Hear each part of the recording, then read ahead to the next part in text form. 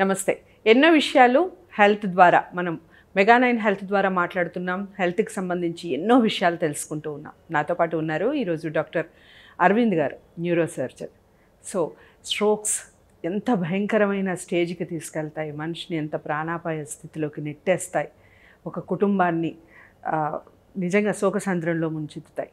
దానికి ఒక రకంగా నేను కూడా కొన్ని స్ట్రోక్స్ ప్రత్యక్షంగా చూస్తున్నాను కాబట్టి అసలు ఎందుకు వస్తాయి స్ట్రోక్స్, ఏ స్టేజ్లో మనం హాస్పిటల్కి వెళ్తే సేఫ్ అవ్వచ్చు, ఒక పేషెంట్ని ఏ టైంలో తీసుకెళ్తే ఎగ్జాక్ట్గా ఆ పేషెంట్ బయటపడే అవకాశం ఉంటుంది ప్రమాద స్థాయి నుంచి, విషయాలన్నీ డిస్కస్ చేయబోతున్నాను. శ్రద్ధగా వినండి. ఇంకేమైనా డౌట్స్ ఉంటే ఖచ్చితంగా కామెంట్ బాక్స్లో తెలియజేయండి.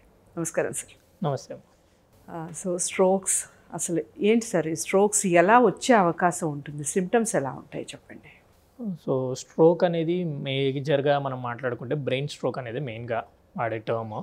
సో స్ట్రోక్లో రెండు రకాలు ఉంటాయమ్మా. ఒక దాన్ని హెమరేజిక్ స్ట్రోక్ అంటాం, ఇంకో దాన్ని ఇస్కిమిక్ స్ట్రోక్ అంటాం.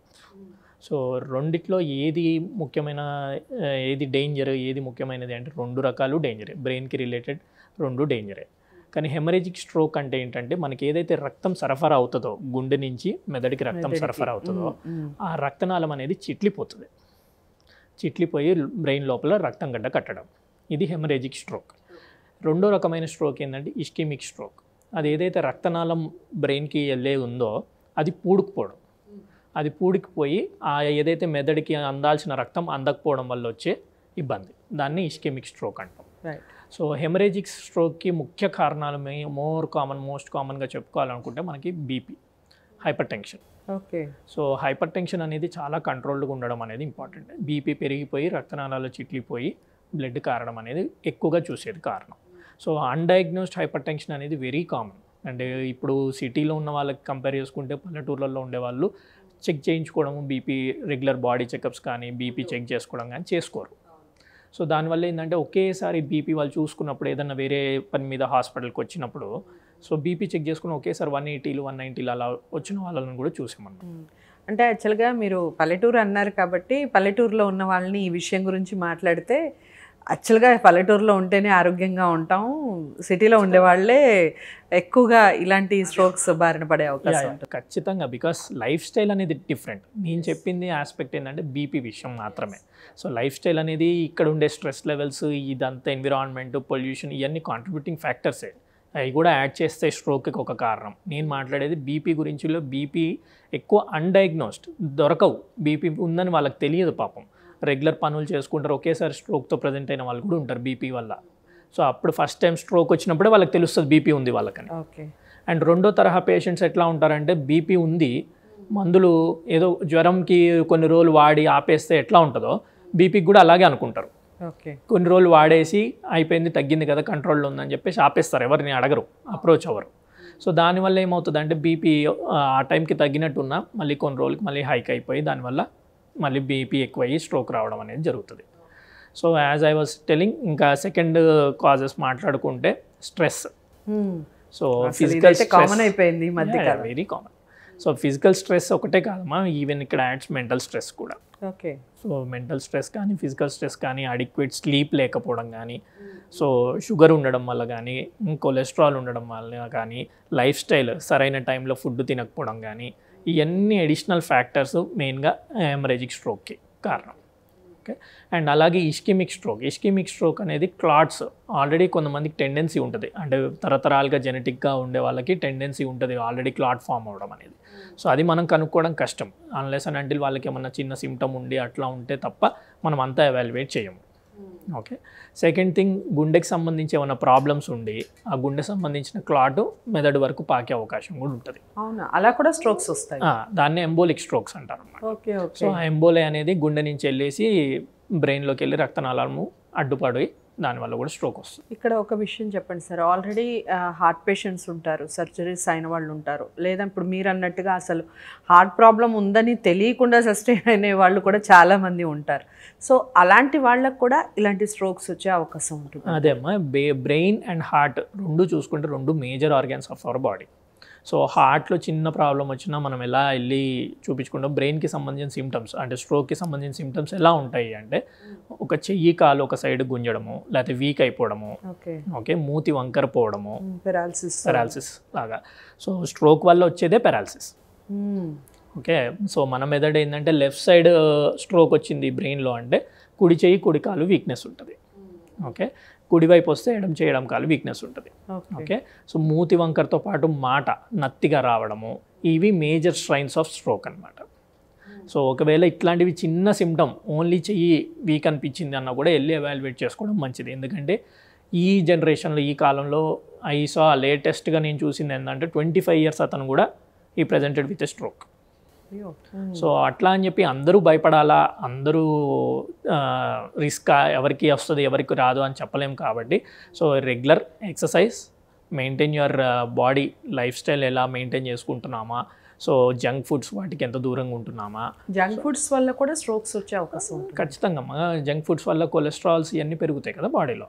సో కొలెస్ట్రాల్ వల్ల మళ్ళీ రక్తనాళాలన్నీ పూడుకుపోవడం జరుగుతుంది, మళ్ళీ ఇస్కెమిక్ స్ట్రోక్ వచ్చే అవకాశం ఉంటుంది. ఓకే, సో టైమ్లీ ఫుడ్ తీసుకోవడం important. At the same time adequate sleep. నేను ఏదైతే మెంటల్ స్ట్రెస్కి యాడ్ అవుతుందని చెప్పానో ఆ స్లీప్ వల్లే మనకి రెస్టింగ్కి బ్రెయిన్కి కానీ బాడీకి కానీ మనకి దొరికేది ఆ 7 or 8 hours of rest. So ఆ రెస్ట్ కూడా ఈ కాలంలో చాలామంది ఇవ్వట్లేదు. సో అందుకనే చెప్పాను పల్లెటూర్లలో ఆ లైఫ్ బాగుంటుంది, వాళ్ళకి అడిక్వేట్కి టైం ఉంటుంది, పడుకోవడం అది చేస్తారు. కానీ సిటీస్లో అది ఉండదు. ఓకే, ఈ స్ట్రెస్ అని మీరు మాట్లాడుతున్నారు కాబట్టి ఇది ఒక విషయం చెప్పండి సార్. లైక్ ఇప్పుడు స్ట్రెస్ ఉంది, వాళ్ళకి అస్సలు నిద్ర పట్టట్లేదు, ఎంత ట్రై చేసినా మార్నింగ్ అంతా వర్క్ చేసినా కానీ నైట్ నిద్ర. యాక్చువల్గా బాగా స్ట్రెస్ ఉన్న వాళ్ళకి నిద్ర తక్కువగా ఉంటుందా ఎక్కువగా ఉంటుందా? డిపెండ్స్ అపాన్ ద పర్సన్ అమ్మ. అది it's not like something. Stress అనేది హార్మోన్ రిలేటెడ్. ఓకే, బాడీలో మెలటోనిన్ అనే హార్మోన్ అడిక్వేట్గా ఉంటే మంచిగా నిద్ర కూడా వస్తుంది. కానీ ఆ స్ట్రెస్ వల్ల మనము సైకలాజికల్గా వీక్ అయిపోయాం అనుకోండి, అదే పనిగా అదే ఆలోచిస్తుంటే ఆబ్వియస్లీ నిద్ర పట్టదు. సో ఏది జరిగినా మనం నిద్ర అనేది అడిక్వేట్గా మెయింటైన్ చేసుకోవాలనుకుంటే ఏ పనిని అక్కడే వదిలేయడం అనేది మంచిది. అండ్ సెకండ్ థింగ్, స్ట్రోక్ అన్ని స్ట్రోక్స్లో కూడా మనకు ఒక గోల్డెన్ అవర్ అనే పీరియడ్ ఉంటుంది. ఓకే, మెయిన్గా అది ఇస్కెమిక్ స్ట్రోక్లో యూస్ఫుల్ అనమాట. ఓకే, గోల్డెన్ పీరియడ్ ఎంత టైం సార్?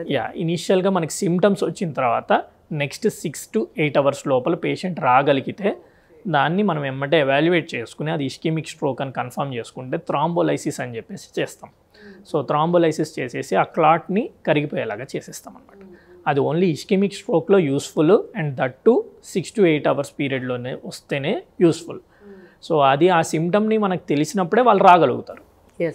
ఆ సిమ్టమ్ అనేది తెలియాలి. అదే చెయ్యి కాలు వీక్నెస్ అనేది కానీ, మూతి వంకర కానీ, లేకపోతే మాట తడబడ్డం కానీ కొంచెం ఉన్నా కూడా ఎవాల్యుయేట్ చేసుకోవడంలో తప్పలేదు. ఓకే, సో స్లీప్ గురించి మనం మాట్లాడితే చాలామంది నాకు నిద్ర అస్సలు పట్టట్లేదు అని చెప్పినప్పుడు నిద్ర వల్ల కూడా ఒక్కొక్కసారి ఇప్పుడు మీరు అన్నట్టుగా కాళ్ళు చేతులు గుంజటం, కళ్ళు గుంజటం, నర్వస్గా ఫీల్ అవ్వటం, అసలు వీక్నెస్ అయిపోయినట్టుగా బాడీ అనిపించడం, నిద్ర సరిగా లేకపోవడం వల్ల కూడా ఇలాంటి గమనిస్తూ ఉంటాం. సో ఇది కూడా వన్ ఆఫ్ ద రీజన్ అవ్వచ్చా స్ట్రోక్స్కి? ఆబ్వియస్లీ అమ్మ, అది కూడా స్ట్రెస్కి ఒక యాడ్ ఆన్ కాబట్టి దానివల్ల కూడా stroke one of the reason అవ్వచ్చు. అందుకనే కదా అడిక్వేట్ స్లీప్ కనీసం మన వయసు వాళ్ళు అయితే 7 to 8 hours of sleep maintain చేయాలి అని చెప్పేసి అందుకనే. సో ఎప్పుడైతే నిద్ర మనకి సరిగ్గా అడిక్వేట్గా ఉంటుందో మోతాదులో ఉన్నప్పుడే మనము బ్రెయిన్ అనేది నెక్స్ట్ డే మంచి ఫంక్షన్ చేస్తుంది. బికాస్ బ్రెయిన్కి దొరికే ఆ మాత్రం రెస్ట్ స్లీప్లోనే. ఆ బ్రెయిన్ అనేది పని చేయాలి అనుకుంటే ఫస్ట్ ఆఫ్ ఆల్ మనకి అడిక్వేట్గా నిద్ర ఉండాలి, అండ్ వాటర్ బాగా తీసుకోవాలి. అది ఎట్లాగో చేస్తారు చాలామంది, స్లీప్ దగ్గర నెగ్లిజెన్స్ ఎక్కువ కనిపిస్తుంది. ఓకే, అసలు బాగా గాఢ నిద్రలో ఉన్నప్పుడు స్ట్రోక్స్ వచ్చే అవకాశం ఉంటుందంటారా? వేరే టైప్ ఆఫ్ స్ట్రోక్స్, అదే హైపర్టెన్సివ్ స్ట్రోక్స్ రావచ్చు, హెమరేజిక్. సో బీపీ మెయింటైన్ చేసుకోవాలి కదా. బీపీ వాళ్ళకి తెలియదు పాపం ఉందని. సో వాళ్ళు ఏంటంటే బీపీ లేదు, లేకపోతే తెలియక, లేకపోతే మందులు వేసుకోక, వాట్ ఎవర్ ద రీజన్స్, కానీ వాళ్ళు వాడరు మందులు సరిగ్గా. దానివల్ల బీపీ ఒకేసారి షూటప్ అయిపోయి మళ్ళీ రక్తనాళాలు చిట్లిపోవడం అనేది జరుగుతుంది. బీపీ అనేది లైక్ అప్ అండ్ డౌన్స్ అయ్యే అవకాశం ఉంటుందంటారు సార్? లైక్ ఇప్పుడు ఈరోజు నేను చూపించుకుంటాను బీపీ నార్మల్ ఉంటుంది, సో నాకేం లేదని నేను అనుకుంటాను ఆబ్వియస్లీ, కానీ ఈవినింగ్ కల్లా బీపీ వచ్చి ఇలాంటి స్ట్రోక్స్ వచ్చే అవకాశం ఉంటుందంటారా? అది హైపర్ టెన్షన్ అనేదే మనకి there is a medical term silent killer of person అని చెప్పేసి ఒక వర్డ్ ఉంటుంది.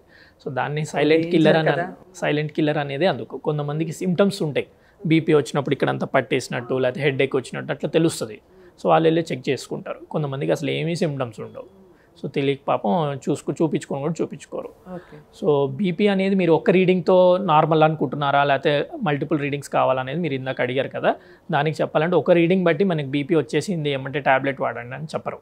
మామూలుగా బీపీ వాళ్ళ మీకు డయాగ్నోస్ అయినా కూడా ఓవర్ ఏ పీరియడ్ లైక్ ఒక వారము 10 రోజులు రెగ్యులర్గా పొద్దున సాయంత్రం చెక్ చేసుకోండి. అప్పటికి కూడా ఎక్కువ వస్తుంది అనుకుంటే దాని తగ్గట్టు మందులు వాడదాం అనేది సజెస్ట్ చేస్తాం. ఒకవేళ మరీ ఎక్కువ ఉంది బీపీ రావడంతో 170 180 ఉంది అనుకుంటే ఆబ్వియస్లీ ఇంకా మందులు స్టార్ట్ చేయాల్సింది. కొంచెం బార్డర్ లైన్లో ఉన్నారు 140 150 అట్లా మెయింటైన్, వయసు రీత్యా మారుతూ ఉంటుంది ఈ వాల్యూ కూడా. సో 50 years 60 years వాళ్ళకైతే 140 కూడా నార్మల్ కిందే కన్సిడర్ చేస్తాం. యంగ్ పేషెంట్స్కి అయితే మనము యూజువల్లీ 130 కంటే ఎక్కువ ఉండకూడదు, కిందది కూడా 90 కంటే ఎక్కువ ఉండకూడదు అనేది కన్సిడర్ చేస్తాం. సో స్ట్రోక్స్ అనేవి ఏజ్ లిమిట్ ఏదన్నా ఉంటుందా? ఈ ఏజ్లోనే వచ్చే అవకాశం ఎక్కువగా ఉంటుంది? ఇంతకుముందు అయితే ఏజ్ రిలేటెడ్ 60 years ప్లస్ అట్లా 55 60 ప్లస్ ఉండేవాళ్ళు. ఇప్పుడు చెప్పా కదమ్మా లేటెస్ట్గా నేను 25 years అతను కూడా చూశాను. సో ఏజ్కి సంబంధం ఏం లేదు ప్రతి ఒక్కరికి. అయితే మీరు ఒక విషయం చెప్పండి సార్, మనకి హార్ట్కి సంబంధించి మాట్లాడినప్పుడు కార్డియాలజిస్టులు నేను కలిసినప్పుడు చేయి లాగటం లైక్ ఇంతకుముందు దవడ కింద నొప్పులు అనేది ఏమి ఉండేది కాదు, కానీ ఇప్పుడు ప్రజెంట్ దవడ కింద నొప్పులు, చేయి లాగటం, చేయి గుంజటం, తిమ్మిర్లు ఎక్కడం, ఇవన్నీ కూడా హార్ట్కి సంబంధించి మాట్లాడతారు. స్ట్రోక్స్కి సంబంధించి కూడా ఇప్పుడు మీరు మాట్లాడినప్పుడు తిమ్మిర్లు ఎక్కటం లైక్ మాట తడబడటం ఇవన్నీ చెప్పారు. మాట తడబడడం, చెయ్యి వీక్ అయిపోవడం, ఎత్తలేకపోవడం, లేకపోతే ఏదైనా పట్టుకుంటే జారిపోవడము, ఇలాంటి సిమ్టమ్స్ కూడా ఉంటాయి. ఓకే. సో ఇలాంటి సిమ్టమ్స్ ఉన్నప్పుడు ఇమీడియట్గా చేసే ట్రీట్మెంట్, ఇంట్లో వాళ్ళు ఇమీడియట్గా చేయాల్సిన పని ఏంటంటారు? దానికి ఇమీడియట్గా ట్రీట్మెంట్ అంటూ ఉండదమ్మా. మనం first A type of stroke అనేది తెలుసుకోవాలి. సో సిమ్టమ్ అది అన్నాక హాస్పిటల్కి వెళ్ళాల్సిందే. ఇట్స్ ఎ మేజర్ ప్రాబ్లం కదా. సో ఆ ప్రాబ్లం ఏంటంటే మనం ఫస్ట్ ప్లాన్ చేసుకోవాల్సింది ఏ టైప్ ఆఫ్ స్ట్రోక్ అనేది తెలుసుకోవాలి. సో 2 రకాలు చెప్పా కదా, ఆ రెండిట్లో ఏది అనేది మనకి కొంచెం స్కానింగ్ వాటి వల్ల ఎవాల్యుయేట్ అవుతుంది. ఒకవేళ ఇస్కెమిక్ స్ట్రోక్, రక్తనాళాలు పూడుకుపోయే స్ట్రోక్ అనుకోండి, ఖచ్చితంగా there is something called as thrombolysis, ఆ క్లాట్ని కరిగించే విధంగా ప్లాన్ చేసుకోవచ్చు. లేదు హెమరేజిక్ స్ట్రోక్ అంటే ఎంత పెద్దగా ఉంది ఏంటి దాన్ని బట్టి ట్రీట్మెంట్ అనేది ఉంటుంది. ఒకవేళ పేషెంట్ ఆ స్ట్రోక్ రావడం వల్ల పూర్తిగా అన్కాన్షియస్ స్టేట్లో వచ్చారు హాస్పిటల్కి అంటే కొంచెం సివియారిటీ ఎక్కువ ఉందని దాని మీనింగ్. దాని ప్రకారంగా మనం సర్జరీ వరకు కూడా వెళ్ళాల్సిన పరిస్థితి. So come to surgeries. So surgery అనేసరికి యాక్చువల్గా నేను చాలా దగ్గరగా చూసిన ఒక పర్సన్ గురించి చెప్తున్నాను. ఆఫీస్కి కామన్గా వచ్చి స్ట్రోక్ వచ్చి పడిపోయి మళ్ళీ ఆల్ ఆఫ్ సడన్గా కాసేపు అయ్యాక నార్మల్ స్టేజ్లో ఉండి నడుచుకుంటూ హాస్పిటల్కి వచ్చి హాస్పిటల్కి రాగానే మళ్ళీ పడిపోయి ఆల్మోస్ట్ వెళ్ళిపోతాయి. ఎలా treat? Term called transient ischemic attack అమ్మ. ఓకే. సో కొంతమందిలో ఏంటంటే సిమ్టమ్స్ మీరు అన్నట్టు సిమ్టమ్స్ వస్తాయి, చెయ్యి కాలు వీక్నెస్ అయిపోయినట్టు వచ్చి ఒక 1 day 2 days అయ్యాక మళ్ళీ సెట్ అయిపోయి నార్మల్ కూడా అయిపోతారు. సో ఇలాంటి వాళ్ళు దే ఆర్ ప్రోన్ ఫర్ పెద్ద స్ట్రోక్, ఫ్యూచర్లో మళ్ళీ స్ట్రోక్ వచ్చే అవకాశం ఉంటుంది. సో దానికోసం మనం ఎవాల్యుయేట్ చేసుకోవాల్సి వస్తుంది ఎక్కడ ఏమన్నా ప్రాబ్లం ఉందా. ఎందుకంటే ఇక్కడ నుంచి గుండె నుంచి మనకి మెదడుకి వెళ్ళే రక్తనాళాలు ఇక్కడ నుంచి 2 వెనకాల నుంచి 2 వెళ్తాయి. సో వాటిల్లో ఏమన్నా పూడికలు ఉన్నాయా లేదా అనేది చెక్ చేసుకుంటాం. అట్లాగే గుండె సైడ్ ఎట్లా ఉంది అనేది చెక్ చేసుకుంటాం. సో బ్రెయిన్కి సంబంధించి చెక్ చేసుకుంటాం. అలాంటిది ఏమన్నా ఎక్కడన్నా క్లాట్ కనిపిస్తే దానికి తగ్గట్టు మందులు ప్రికాషనరీగా ముందరే ప్రివెంటివ్గా వాడుకోవాల్సి వస్తుంది. ఓకే. సో ఆ ట్రాన్సియంట్ ఇస్కెమిక్ అటాక్ అనేది ఏ రూపంలోనే ఉండొచ్చు, గిడ్డినెస్ లాగా ఉండొచ్చు, లేకపోతే ఒకేసారి మూతి వంకరపోయి మళ్ళీ నార్మల్ అయిపోవడం జరగచ్చు, చెయ్యి కాలు వీక్నెస్ వచ్చి మళ్ళీ నార్మల్ అయిపోవడం జరగచ్చు, ఇలా కూడా ఉంటారు ప్రజెంట్ అయ్యే వాళ్ళు. Okay. Come to surgeries sir. Surgery చేస్తే అసలు బ్రెయిన్కి సంబంధించిన సర్జరీ చేస్తే ఏదో ఒక సైడ్ ఎఫెక్ట్ వస్తుంది అన్న ఒక అపోహ ఉంది చాలామందిలో, ఇది వింటూ ఉంటాము. Is it true? అసలు నిజమంటారా అది? అదేమా, అది ప్రజెంట్ అయిన టైంని బట్టి ఉంటుంది. మీరు ఎంత ఇట్లాంటి సిమ్టమ్స్ చూసుకుని ఎమ్మటే ఎంత తొందరగా రాగలుగుతారో అంత డ్యామేజ్ని మనం కంట్రోల్ చేయగలుగుతాం.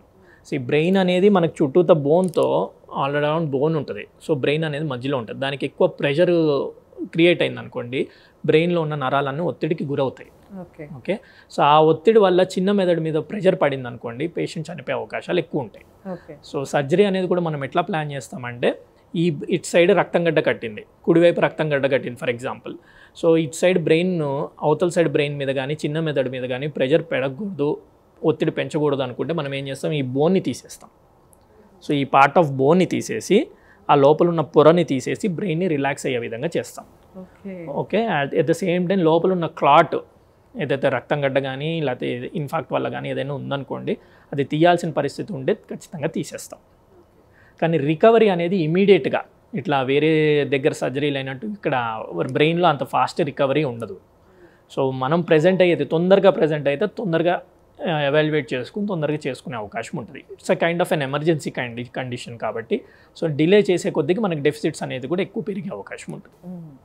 సో ఆల్ ఆఫ్ సడన్గా ఇప్పుడు డ్రింక్ చేసేవాళ్ళు వాళ్ళకి తెలియకుండా పడిపోతూ ఉంటారు, కింద తలకి దెబ్బ తగులుతుంది, అన్కాన్షియస్ అయిపోతారు. అది కూడా డేంజర్కి వెళ్ళిపోయినట్టేనా, రిస్కీ ఫ్యాక్టర్ ఉన్నట్టేనా వాళ్ళకి? అది ట్రామా కిందకి వస్తుందమ్మా. వాళ్ళు తాగేసి పడిపోయిన తర్వాత ఏమైనా హెడ్ ఇంజురీ కానీ అట్లా ఏమైనా అయ్యి దానివల్ల రక్తం గడ్డ చేరచ్చు. అది స్ట్రోక్ కిందకి రాదు, అది దానివల్ల వేరే హెమరేజెస్ ఉంటాయి.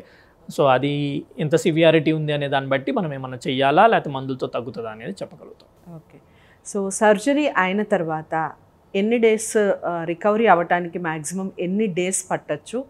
అండ్ మళ్ళీ ఎప్పుడెప్పుడు డాక్టర్ని కలవాలంటారు? అసలు డాక్టర్ ఎన్ని రోజులు టచ్లో ఉండాలంటారు న్యూరో సర్జన్తో? ఒకసారి సర్జరీ అయిపోయిన తర్వాత బేస్డ్ ఆన్ ఈస్ ఫైండింగ్స్, అంటే రికవరీ ఎలా ఉన్నారు, పేషెంట్ ఎలా రెస్పాండ్ అవుతున్నారు. ఎందుకంటే బ్రెయిన్ ఎఫెక్ట్ అయిందంటే హార్ట్ మీద ఎక్కువ స్ట్రెస్ ఉంటుంది, అలాగే ఊపిరి తీసుకోవడం లంగ్స్ మీద ఎక్కువ స్ట్రెస్ ఉంటుంది, అన్నిటి మీద అన్ని ఆర్గాన్స్ మీద ఎఫెక్ట్ ఉంటుంది. సో లంగ్స్ కోసం మనం ఏం చేస్తామంటే నోట్లోంచి ఏదైతే గొట్టం ఉంచుతామో వెంటిలేటర్ కనెక్ట్ చేస్తామో ఆయన తేరుకునే వరకు మాత్రం వెంటిలేటర్ మీద పెడతాం. ఊపిరి తీసుకోవడం ఆయనంతా ఆయన చేయలేరు కాబట్టి సో వెంటిలేటర్ మీద పెట్టి ఇస్తాం. ఒకవేళ వెంటిలేటర్ 2 రోజుల కంటే 3 రోజుల కంటే ఎక్కువ ఉండాల్సింది అంటే ఇక్కడ ఒక రంధ్రం చేసేసి ట్రేకియాస్టమీ అనేది చేస్తామన్నమాట. ఓకే, సో అప్పుడు నోట్లో నుంచి గొట్టం తీసేసి ఇక్కడ నుంచి డైరెక్ట్ లంగ్స్కి గాలి ఇస్తాం. సో ఇవన్నీ ప్రాసెస్ ఏంటంటే కనీసం ఒక స్ట్రోక్కి సర్జరీ అయిన తర్వాత కనీసం ఒక 7 to 10 days మినిమల్ హాస్పిటలైజేషన్ అయితే ఉంటుందమ్మా.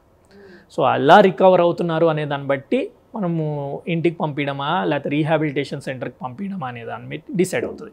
రీహాబిలిటేషన్ సెంటర్ కూడా ఎందుకు అంటే ఫస్ట్ ఆఫ్ ఆల్ ఈ ట్రేకియాస్టమీ అని ఒకవేళ చేసామనుకోండి దానికి కరెక్ట్ కేర్ కావాలి. సో దానివల్ల ఛాన్సెస్ ఆఫ్ ఇన్ఫెక్షన్, మళ్ళీ లంగ్స్లోకి ఇన్ఫెక్షన్ వెళ్ళడము, ఏదైతే సెక్రీషన్స్ కరెక్ట్ టైంలో తీయకపోతే మళ్ళీ అవన్నీ పూలప్ అయిపోవడము, ఇలాంటివి మంచిది కాదు. Okay, and second thing, paralysis వచ్చినప్పుడు ఆబ్వియస్లీ పక్కన లెఫ్ట్ లెగ్ రైట్ సైడ్ వస్తే వీక్నెస్ వస్తుంది. సో వాటికి సరైన ఎక్సర్సైజ్ చేయించడము, ఎందుకంటే ఇనీషియల్గా చేసే ఎక్సర్సైజే ఫ్యూచర్లో ఆయనకి ఎంతవరకు పవర్ వస్తుంది, అదవరకు లాగా ఎంతవరకు ఉండగలుగుతారు అనేది డిసైడ్ అవుతుంది. సో ఇనీషియల్గా ఈజీలీ 5 to 6 months వరకు మంచి ఎక్సర్సైజ్ ఎంత బాగా చేస్తారో అంత బాగా ఛాన్సెస్ ఉంటాయి అన్నమాట. ఓకే, బ్రెయిన్ సర్జరీ అయితే అసలు సక్సెస్సే అవ్వరు, మనుషులు మళ్ళీ లేచి తిరగడం అనేది అసలు జరగని పని అని అపోహ ఉంది. అలా అయితే అసలు మేము ఈ న్యూరో సర్జరీ చదివి ఉపయోగం కూడా లేదు కదా. అలాంటిది ఏం లేదు, చాలామంది చేసాము. అదే వాళ్ళు వచ్చిన పీరియడ్ని బట్టే ఎక్కువ ఆధారపడి ఉంటుంది. ఈ స్ట్రోక్ మెయిన్గా స్ట్రోక్ విషయంలో వస్తే ఏ టైంలో వస్తున్నారు, ఎంత ఫాస్ట్గా ఎవాల్యుయేట్ చేసుకుంటున్నారు అనే దాన్ని బట్టే మిగతాదంతా ఆధారపడి ఉంటుంది. ఓకే, సో ఎలాంటి ఫుడ్ తీసుకోవాలి సార్ ఆఫ్టర్ సర్జరీ? రొటీన్ అమ్మ, బేసికలీ ఆయన కాన్షియస్లో ఉంటే మనకు రొటీన్ ఫుడ్. మెడికేషన్ కంపల్సరీ ఉంటుందా ఆఫ్టర్ సర్జరీ? అంత పెద్దగా మెడికేషన్ ఏమి ఉండదు. మెడికేషన్ అంటే రిలేటెడ్ టు ఫిట్స్ రాకుండా ఉండడానికి ఒకటి వచ్చే అవకాశం ఉంటుంది. మరి బ్లడ్ క్లాట్ అయింది బ్రెయిన్లో అంటే ఖచ్చితంగా ఫిట్స్ వచ్చే అవకాశం ఉంటుంది కదా. సో ఫిట్స్ రాకుండా ఉండడానికి, అట్లాగే ఇంత సర్జరీ చేసాము ఇన్ఫెక్షన్ ఛాన్సెస్ ఉంటాయి కాబట్టి యాంటీబయాటిక్ అనేది పెడతాము. సో ఇంకా బ్రెయిన్ మీద ఇప్పుడు ఇక్కడ దెబ్బ తగిలితే మనకి ఎట్లా వాపు వస్తుందో బ్రెయిన్లో కూడా అంత డ్యామేజ్ జరిగినప్పుడు చుట్టూతో వాపు వస్తుంది. ఆ వాపును తగ్గించడానికి మందులు పెడతాము.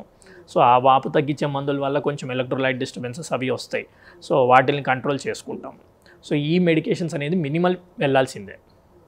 ఇంకా స్పెసిఫిక్గా కావాలి అనుకుంటే ఏదైనా ఫీవర్ ఏదైనా వచ్చిందంటే దాన్ని ఎవాల్యుయేట్ చేసుకుని దాని పరంగా ఏం యాంటీబయాటిక్ పెడితే బెటర్ పేషెంట్కి అనేది చూసుకుని దాని ప్రకారం పెడతాం. పెరాలసిస్లో చాలా వరకు కాలు చెయ్యి మీరు అన్నట్టుగా మూతి పక్కకు పోవడం ఇవన్నీ గమనిస్తూ ఉంటాం. ఏదో ఒక అవయవం కంప్లీట్గా వచ్చే అవకాశం చాలా తక్కువ ఉంటుంది అంటారు, నిజమే అంటారా? ఇది 100కి 100% ఇప్పుడు వచ్చేస్తుంది చెయ్యి కాలు అని చెప్పడానికి అయితే కష్టమమ్మా. అట్లీస్ట్ మనము కరెక్ట్ టైంలో చేసుకుని సర్జరీ కరెక్ట్ టైంలో ఆయన ఇంటర్వ్యూన్ అయ్యి వేరే ఏమీ కాంప్లికేషన్స్ లేకుండా సర్జరీ నుంచి బయటపడిపోతే ఈజీగా ఆయన పని ఆయన చేసుకునే స్టేజ్ వరకు అయితే తీసుకురాగలుగుతాం. So at the same time మా సైడ్ నుంచి మేము ఎంత సర్జరీ చేసి ఎంత చేసినా వాళ్ళ సైడ్ నుంచి కూడా ఎమ్మటే ఫిజియోథెరపీ చేయడము, దానికి తగ్గట్టు ఆయన కూడా రెస్పాండ్ అవ్వడము, ఎక్సర్సైజ్ చేయడం అనేది కూడా చాలా ఇంపార్టెంట్. చాలా నర్వ్స్ దెబ్బతింటాయి కాబట్టి కొన్ని పర్మనెంట్ డ్యామేజ్ అయిపోతాయి ఆల్రెడీ క్లాట్ వల్ల కానీ ఏదైనా కానీ పర్మనెంట్ డ్యామేజ్ అయిపోతుంది, దానివల్ల కొంచెం డెఫిసిట్ అయితే ఉంటుంది. సో 100%, 100% అంటే I can say like I saw కొంతమంది పేషెంట్స్ నేను చూశాను, నేను 90% నార్మల్ అయిపోయి బండి నడిపే వాళ్ళు కూడా ఉన్నారు. ఓకే. సో పెరాలసిస్ కానీ ఈ స్ట్రోక్స్ కానీ రిపీటెడ్గా వచ్చే అవకాశం ఉందా మెడికేషన్లో ఉన్నప్పుడు? మెడికేషన్ మిస్ చేస్తే మాత్రం ఖచ్చితంగా దేర్ ఇస్ ఎ ఛాన్స్. ఇప్పుడు ఏదైతే క్లాట్ జరిగింది హార్ట్ నుంచి వెళ్ళే స్ట్రోక్కి మనం క్లాట్ ఇచ్చాం, ఐ మీన్ బ్లడ్ థిన్నర్ ఇచ్చాం, ఆస్పిరిన్ అంటాం దాన్ని, అది యూజువల్లీ స్టార్ట్ చేస్తాం.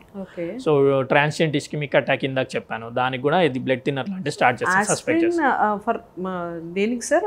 Ecosprin, blood thinner, blood clot ఉన్నని కరిగించడానికి. సో అది సేమ్ మనకి కార్డియాలజీ దీంట్లో కూడా ఇస్తారు కదా, సేమ్ ఇస్తారు medical. Usually heart related problem ఉంటే స్ట్రోక్ ఛాన్సెస్ ఎక్కువ ఉంటాయి కాబట్టి అప్పుడు కూడా ఇస్తారు. ఓకే. సో ఆ టాబ్లెట్ బేసిక్ డోస్ అన్న మెయింటైన్ చేసుకుంటూ ఉండాలి. ఇనీషియల్గా వీళ్ళు ఇచ్చే డోసు వాడి తర్వాత మనం తగ్గించేస్తాం డోసు, ఆ తగ్గించిన డోస్ అన్న కనీసం మెయింటైన్ చేసుకుంటూ ఉండాలి. సో అది మిస్ అవుతారు చాలామంది, కొన్ని తెలియకగా లేకపోతే కుదరక చేయటం, తెలియక అంతే. ఇదే బీపీ, సేమ్ బీపీ లాగానే తెలియక కొంచెం కొన్ని రోజులు వాడే ఆపేస్తారు కొంతమంది, ఇట్లా ఉంటుంది. ఓకే. సో ఎన్ని డేస్ వాడాలి సార్ ఆఫ్టర్ సర్జరీ?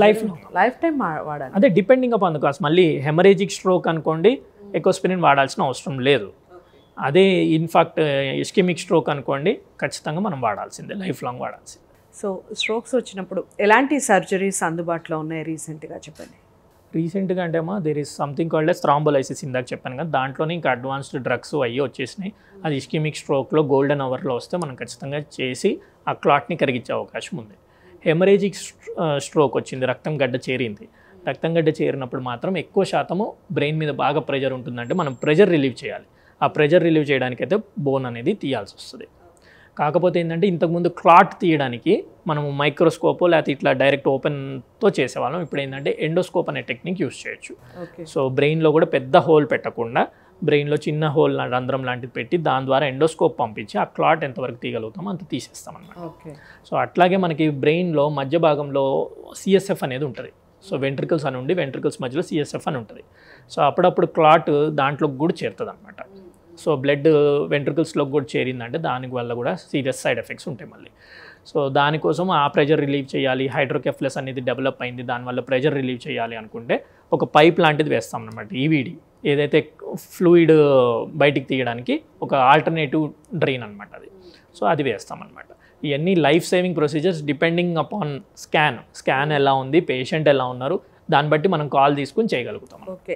అసలు ఎలాంటి టెస్ట్లు అందుబాటులో ఉన్నాయి సార్ ఈ బ్రెయిన్కి సంబంధించి? బ్రెయిన్కి సంబంధించి ముఖ్యంగా ఫస్ట్ మనము రాగానే స్ట్రోక్ ఫీచర్స్తో ఉన్నాయి అనగానే ఫస్ట్ ఒక సిటీ చేయిస్తాం. సిటీ బ్రెయిన్ చేయించేసి హెమరేజ్ అనేది మంచిగా సిటీలో కనిపిస్తుంది. ఓకే. సో సిటీలో ఏమైనా హెమరేజ్ ఉందా లేదా అనేది చూస్తాం. ఒకవేళ కనిపించింది అనుకుంటే దాని తగ్గట్టు ట్రీట్మెంట్ ప్లాన్ చేసుకుంటాం. సో హెమరేజ్ కాకుండా సిటీలో ఏమీ కనిపించలేదు మనకి, సో అప్పుడు మనం we advice for and MRI. Okay. So MRI బ్రెయిన్లో దాంట్లో కూడా డిఫ్యూజన్ వెయిటెడ్ ఇమేజింగ్ అని ఒక సాఫ్ట్వేర్ దాని ద్వారా చేస్తారు. సో దాంట్లో మనకి ఈ ఇన్ఫాక్ట్ అనేది బాగా కనిపిస్తుంది. ఓకే.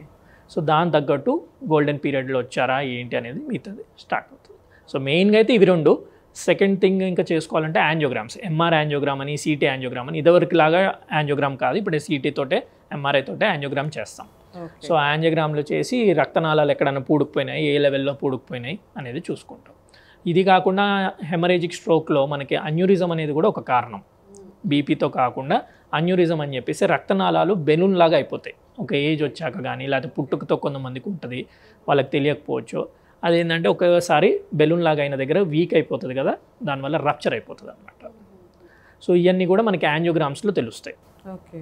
సో ఒకవేళ దానివల్ల వచ్చిన రక్తం గడ్డ వేరే దగ్గర ఉంటుంది, అది మళ్ళీ దానికి ట్రీట్మెంట్ సర్జరీ డిఫరెంట్, అది టోటల్ టాపికే డిఫరెంట్ టాపిక్. ఓకే. సో చాలా వాల్యుబుల్ ఇన్ఫర్మేషన్ ఇచ్చారు sir, thank you so much.